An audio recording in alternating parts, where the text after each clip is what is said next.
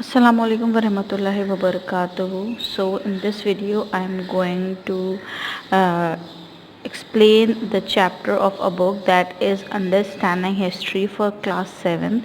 The book is written by Ismat Riaz and it's the book from Oxford. So we are going to discuss about the first chapter, that is the rise of Islamic civilization. In the previous class we have already discussed about the Roman Empire कि किस तरह जो Roman empire था वहाँ पे कौन से बादशाह थे और कैसे उस जगह को पूरा उन्होंने वहाँ पे हुकूमत की हुई थी और उनका किस तरह का कल्चर था और क्या उनकी, क्योंकि वो लोग जो रोम्स थे वो एजुकेशन और लिटरेसी में बहुत ज़्यादा आगे थे. उनका आर्किटेक्चर, आर्ट और रिटन लॉ बहुत ज़बरदस्त था.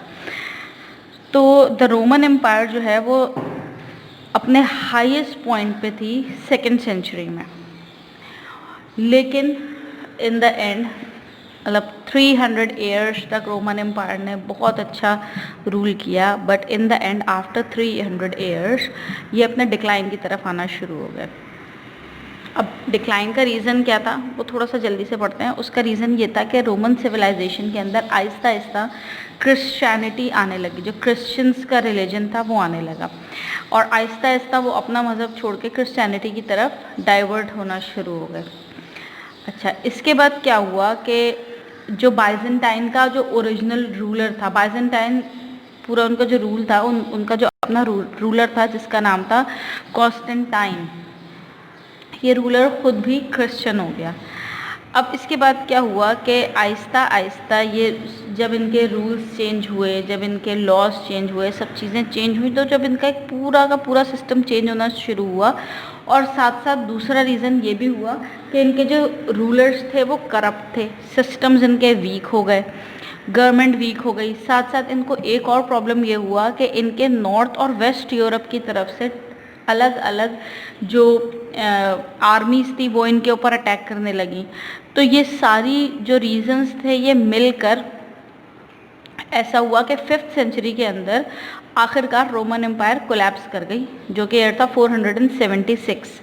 तो Roman empire get collapse in 476 after the fall of Rome. अब क्या हुआ कि जब रोमन्स फॉल कर गए तो इसका मतलब कि यहाँ पर इनकी जो इनका लाइफस्टाइल था, इनकी एजुकेशन, लिटरेसी और आर्किटेक्चर और जो इनके रिटन लॉज थे ये सब आखिरकार कोलैप्स कर गए और सब चीज़ों का एंड हो गया.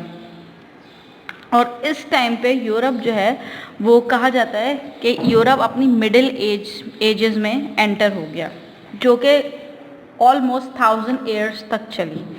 दैट इज़ 500 से लेकर 1500 तक, ये 500 ईयर्स तक चली. और इसको जो है वो रोमन एम्पायर और रेनाइसेंस और एज ऑफ डिस्कवरी भी कहा जाता है या फिर डार्क एजेस भी कहा जाता है, क्योंकि जो है सब चीज़ें कोलैप्स होती जा रही थी. इनकी सिविलाइज्ड लाइफ स्टाइल और इनका जो नॉलेज में इनका बिल्कुल कोई इंटरेस्ट नहीं था, लैक ऑफ नॉलेज थी इनके पास.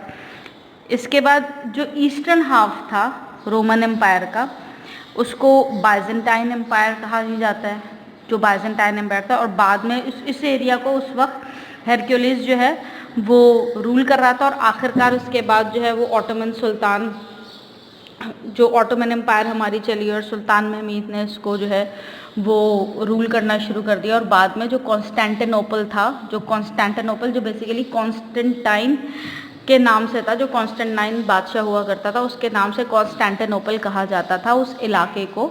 और बाद में अब वो इलाका जो है वो तुर्की का शहर इस्तांबुल कहलाता है. और ऑटोमन एम्पायर के बारे में अगर मैं आपको बताऊं तो इसको आप ऐसे रिलेट कर सकते हैं कि आजकल एक सीरीज़ चल रही है अर्तुगरुल के नाम से, एंड जो ऑटोमन एम्पायर के जो असल जिसको आप कहेंगे कि जिन्होंने स्टार्ट की ऑटोमन एम्पायर, ये यही अर्तुगरुल के बेटे हुआ करते थे.